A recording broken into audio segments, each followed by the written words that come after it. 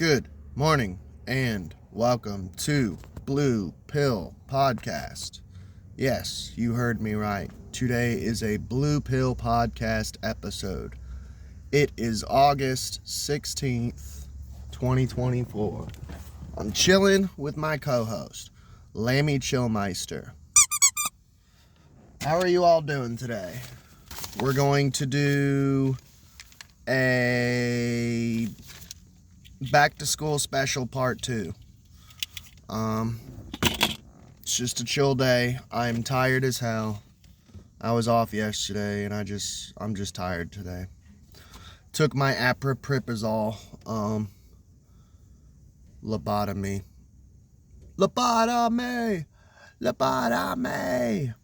Schizophrenia medication. Hope everyone's doing okay though. Everyone good? Everyone good? Everyone alive? Everyone all right? Everyone all right? Okay. What's special about rural educators? Let me get my reading glasses.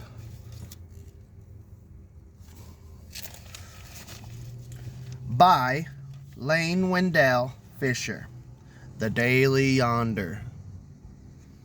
Dr. Melissa Sardorf is a retired superintendent of the Stanfield Elementary School district in rural Arizona and the author of the new book, The Resilient Rural Leader, Rising to the Challenges of Rural Education. In the book, Sardorf, who also serves as the executive director of the Arizona Rural Schools Association and president of the National Rural Education Association, draws on over 3 decades of dedicated service to rural education to address common misconceptions about rural school leaders, highlight their unique strengths, and discuss the multifaceted roles they play in the communities. She aims to inspire and equip rural educators and leaders to drive positive change and ensure the success of rural schools. So we got a lot of rural schools and stuff here in Kentucky. I mean, it's pretty country. I think the Queen of England, I know she's a lizard person and she's evil, eats babies and stuff, but she actually said that she thought that Kentucky is the most beautiful state in the Union because it reminds her of like what Ireland looks like. And we kind of get like that Irish weather too, like rain and such, you know. It's very pretty, very fertile ground. Maybe it's all the bloodshed. Enjoy our conversation about the importance of building strong support networks, advocating for rural education, and creating a supportive school culture to combat teacher and principal retention challenges. Lane Wendell Fisher, The Daily Yonder. Tell me a little bit more about yourself. What led you to become a rural educator and superintendent? Melissa Sardorf. And from here on out, it's going to be DY and MS. I grew up in a rural community, so the values of close-knit relationships and community support are deeply ingrained in who I am. My journey in education spans over 3 decades, all of which I have dedicated to serving rural communities. I began my career as a classroom teacher in a rural school, where I quickly recognized both the unique challenges and the immense potential of rural schools. The strong sense of community, the deep connections with students and families, and the chance to make a significant impact motivated me to pursue leadership roles. Becoming a superintendent was a natural progression, enabling me to advocate more effectively for rural education and implement systematic changes to benefit both students and staff. DY says, what are the biggest misconceptions of rural school leaders, and what are their biggest strengths?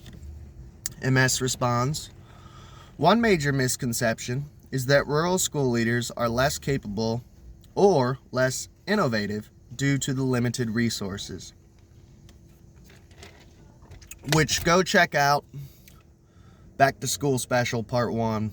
We're doing food drives and school supply drives here at Kroger where I work. So if you're in Kentucky, around the Lexington area, let's donate, guys. And we're doing a peanut butter drive too. What it's for, I don't know, but they need peanut butter. Okay. Limited resources. Their biggest strengths include building strong, trusting relationships with their communities, having a deep understanding of local needs, being able to adapt and multitask effectively. These qualities allow them to create a supportive and cohesive educational environment, driving progress despite challenges. The first chapter in your book suggests that rural educators and administrators serve as high-capacity, quote-unquote, leaders who wear many hats. One rural superintendent, for example, might oversee managing the district, preparing the budget, serving and advising the school board, leading the community, and may serve as a principal. What are the challenges and benefits of this rural reality? MS says, the challenges are significant. The workload can be overwhelming, leading to stress and potential burnout. However, there are also incredible benefits. Wearing many hats fosters a holistic understanding of the school and community, allowing leaders to make well-informed decisions. This deep development builds trust and collaboration with students, staff, and community members. Leaders in this setting become adept problem solvers and innovative thinkers, qualities that are essential for driving their schools towards success. DY says, you identify school leaders as a key to expanding local access to broadband and combating food healthcare and housing insecurity. Why are district leaders so well posed to tackle these issues, and how can they find time to address these problems in the community on top of their already busy schedules? MS responds, rural leaders are often at the heart of their communities with strong networks and a clear understanding of local needs. They can advocate for and coordinate efforts to address issues like broadband access and food insecurity because they see firsthand how these factors affect students' ability to learn. To manage these responsibilities, it's crucial to build strong teams, delegate tasks, and prioritize initiatives that will have the most significant impact. Partnering with local businesses, government agencies, and nonprofit can also help mobilize resources and support, making it more feasible to tackle these challenges. Finding time to address community issues amidst a demanding schedule requires strategic time management and prioritization. Leaders can set specific goals and timelines for initiatives, integrating them into broader strategic plans involving staff and community stakeholders to share the workload and essential delegating tasks and empowering others ensures progress without overwhelming individuals. Leveraging technology such as virtual meetings can save time and increase efficiency by keeping projects on track with extensive travel. By prioritizing initiatives based on their potential impact, leaders can focus their efforts where they are most needed and effective. DY says, teacher recruitment and retention is a perennial issue for many rural schools and has become a buzzword in the rural education sphere. Bottom line, what is the single most important thing school leaders should consider when combating this issue? MS responds, creating a supportive and inclusive school culture is paramount because relationships are at the heart of rural communities. Teachers need to feel valued, supported, and part of a community. This involves offering networks, and a clear understanding of local needs. They can advocate for and coordinate efforts to address issues like broadband access and food insecurity because they see firsthand.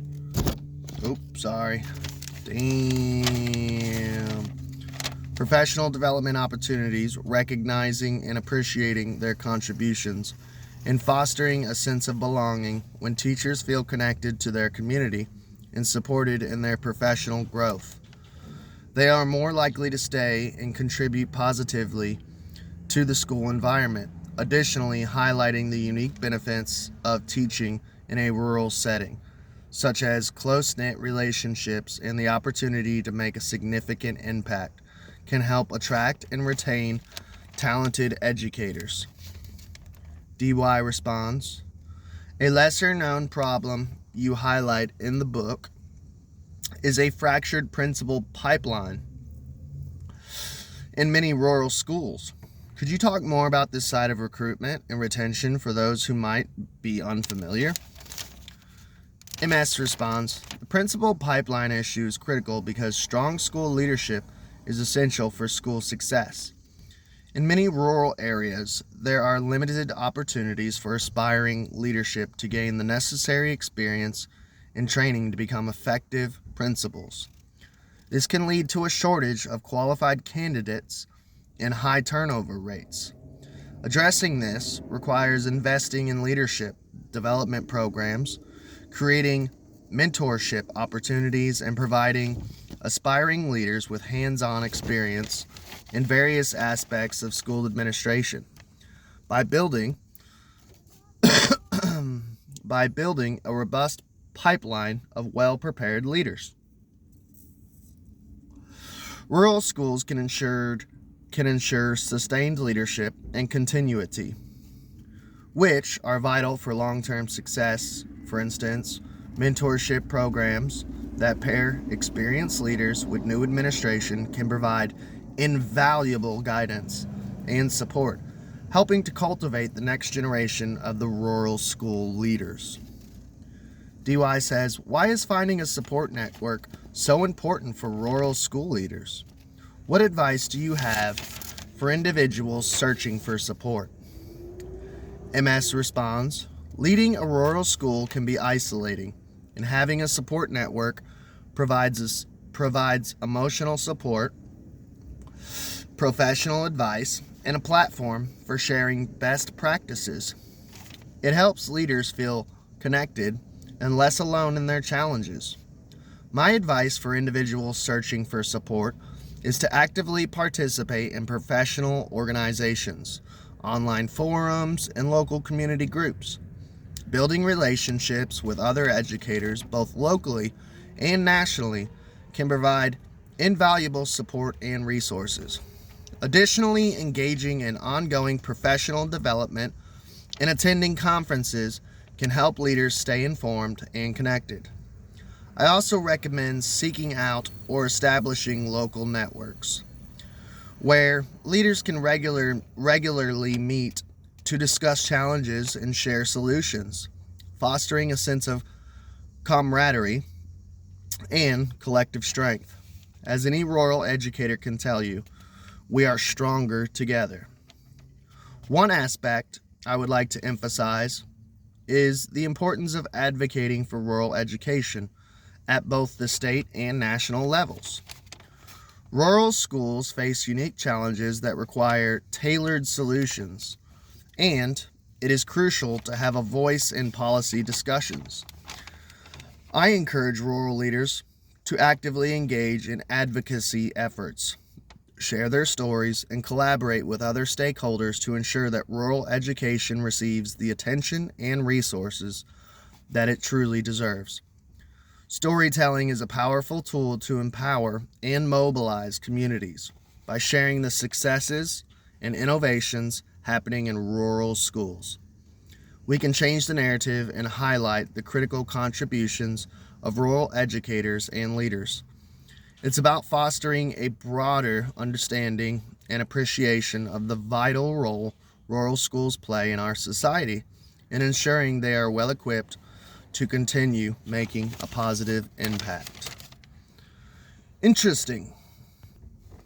So my source has been this Jessamine journal. It's only $1, and I get a discount, so it's only 90 cents for me. It's not bad, you know. This is the Jessamine Journal, volume 151, number 32. So they have a new publisher. So let's see what that's all about. Journal welcomes new publisher. This is a staff report. Joel Emel has been named the publisher of Bluegrass News Media, the parent company of the Jessamine Journal. Now, we can look into that. That could be a rabbit hole. I always heard that 5 or 6 companies own all the news, you know. Even local, I heard, is...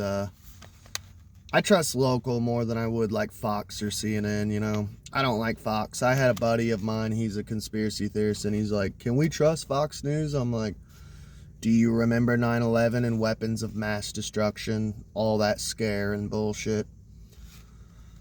Emel, the former general manager and current Bowling Green daily news publisher, is excited to begin his new role. Bowling Green's a big city in Kentucky, man. A lot of music came from there. Like, Nappy Roots. Nappy Roots is fucking dope. I actually bartended and served at a Brazilian restaurant for a little bit. It was called The Still. It was a distillery also. They used to make, it's kind of like rum. I forget what it was fucking called. It's kind of like a rum tequila almost, but it's a Brazilian liquor. I can't remember the name.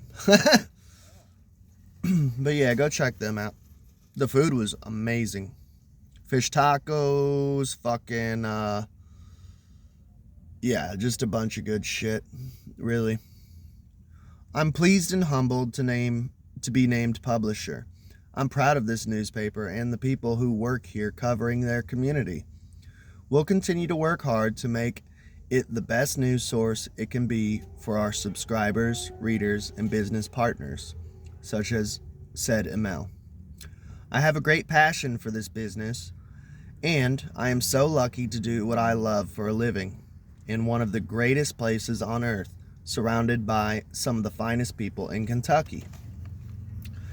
Congratulations came quickly from management from Carpenter Media Group, Bluegrass's parent company. So, let's look into that.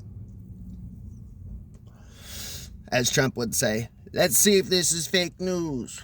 You know. My congratulations to Joe on his overdue validation of the work he has been doing for some time. In addition to serving as publisher for the Bluegrass groups of community news organizations, Joe is also publisher of the Bowling Green Daily News. So we'll have to look into that. In my time working with Joe, I can say few people have the understanding of what readers value, the determination to do all he can to provide it, and the capacity to be hands-on with so many responsibilities. He is a smart, committed leader, dedicated to his readers, community, and organization, said John Carr. Johnny Carr. That's an old Irish song. I forget the band that sang it, but Johnny Carr. No, that's Johnny Tarr. Tarr. Johnny Tarr, a regional vice president for Carpenter. Emel is a veteran journalist who began his career 38 years ago as a photojournalist. He worked at the McLean County News and the Hardin County Independent as a reporter and photographer. He arrived at the Daily News in 1991, that was the year I was born, as a photojournalist and rose through the ranks as chief photographer, photo editor, assistant managing editor, director of digital operations, general manager of WDNZ-TV, a low-power TV station owned by the paper. So public access news, it sounds like. and was later promoted to general manager. Amel and his wife, Tracy,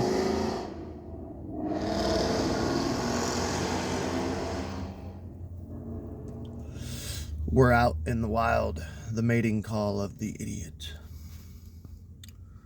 Amel and his wife, Tracy, reside in Bowling Green. They have a son and daughter-in-law who work in politics in Washington, D.C. Uh-oh. Dun, dun, dun. Shady connections, man. Carpenter Media Group owns and manages over 200 community and metro media titles in the U.S. and Canada. I wonder if his family, who's politicians, I wonder if they're Democrat or Republican or independent, maybe. Bluegrass News Media comprises 7 publications across Kentucky and Tennessee, including Claiborne, Tennessee. Progress, Danville Advocate. Okay, I used to live in Danville, and I used to read the Danville Advocate. I almost got a job there when I was a journalist and newspaper writer. I used to write for the Garrett Echo and Garrett County newspaper in Lancaster, Kentucky. I'm going to do an episode one day of me reading my old articles that I wrote. I got an award for it and everything, man. Harlan Enterprise, Jessamine Journal, Middlesboro News, Stanford Interior Journal, and the Winchester Sun. So, new publisher, Joe ML. Next segment, back to school. So, this to me is service. In Alcoholics Anonymous, it's one side of the triangle. That, and I'm interested in school in general because I used to be a tutor for the ROAR program in Garrett County. School district receives community donations for students and classrooms. This is by Gillian Stawazinski, Polish. Before this past weekend's PAC, the cruiser event, 5 State Farm's agents in Jessamine County. Yeah, we're trying to do a donation drive. I did it. Watch part 1. You'll see. Laws of abundance.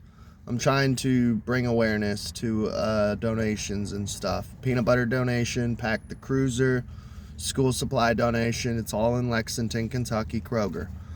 Come on, guys. We can do it, man. We're reaching goals. Before this past weekend's PAC the Cruiser event, 5 State Farm agents in Jessamine County donated supplies to Jessamine County Schools Youth Service Center. The school's district student support services department helps children overcome barriers to learning by referring families to community agencies that assist with bills and basic living needs, health education, and mental health counseling, to name a few. That's good. Because you all know I'm mad as a hatter. Providing school supplies to kids in classrooms in need is one way the department helps children in the county's elementary, middle, and high schools. District mental health consultant Kelly Canup said having the tools they need gives kids the confidence to learn and thrive. It's just a big relief when parents need things or when kids get to school when they don't have something they want or need or forgot or didn't have the funds to get, said Canup, who worked with Student Support Services Director Beth Carpenter to coordinate this donation. According to Canup, having the supplies every child needs also decreases distractions for everyone in the classroom and causes a ripple effect. The ripple effect. The kid that doesn't have headphones isn't trying to talk or ask the other children what is going on. So it's not only that one child that's getting supplies, but it's helping the other kids because they're not trying to gather and work and figure it out or have to leave the classroom even to go get something or to call a parent. Randall Tuning, Steve Page, Michael Case, Jennifer Hawkins, and Richard Woolams donated $12,000 and $12,050. In school supplies, or $1,250. Sorry, pardon me. So, in school supplies to student support services, including 100 headphone sets and chisel-tipped whiteboard markers for teachers' use. Canup said the district identified terms on a wish list for specific needs in years past. We've done backpacks, and this year we chose to do more items so we can spread it out a little bit more, she said. It's just one way that we collectively try to collaborate and get together and give back to the community and impact a lot of people. Be a good neighbor. State Farm is there. Sorry, I can't help myself. That's what we're trying to be. Good neighbors to our school system and the families we all serve, Chuning said.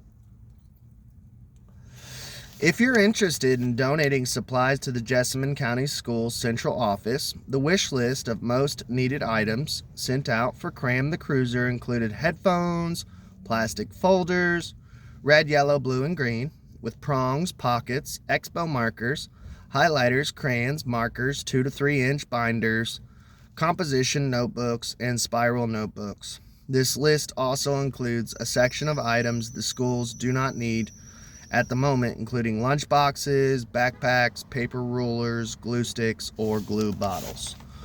See, I've been messing up. I've been buying glue bottles for these kids to use. I've been messing up, man. They don't need glue bottles. I guess I could start buying them folders. That'd be good. Folders, composition books. Headphones are expensive. Those are $10 a piece if you get skull candy. Do it with me, guys. Laws of abundance. Laws of abundance. If you have the money to give, give, and you shall receive. It is all karmically interlinked. Karma, by the way, was created by the angels. It's not perfect, but it is laws and it does work. Yeah, let's just end the podcast with some chill talking shit. I'm tired today. I listened to a lot of music.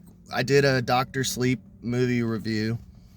I'm thinking about doing a series of Dr. Sleep, a read-along with commentary. And I'll draw up some title pages and shit for it, like I have been doing with Leave the World Behind.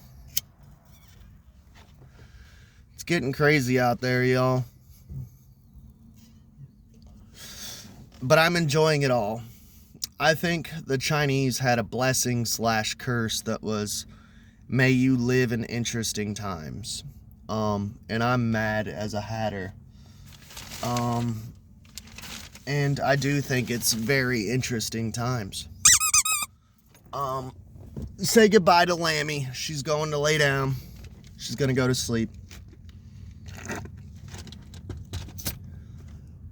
It's so wild out there. I covered the closing Olympic ceremonies. I covered the opening Olympic ceremonies. There's so much occultism. There's so much conspiracy. They're going to try to do this shit again, like with monkeypox, like they did with COVID-19. Don't fall for it, guys. I said this the last time when they tried to pull off COVID-19 after Event 201 and stuff. I was like, everyone, if y'all just chill and ignore it, they can't force us to do anything. They can't. I don't think they can pull it off again. I don't think they can pull off what they did with COVID-19 with this monkeypox shit. And what is it, bird flu? They're trying to bring back bird flu and shit.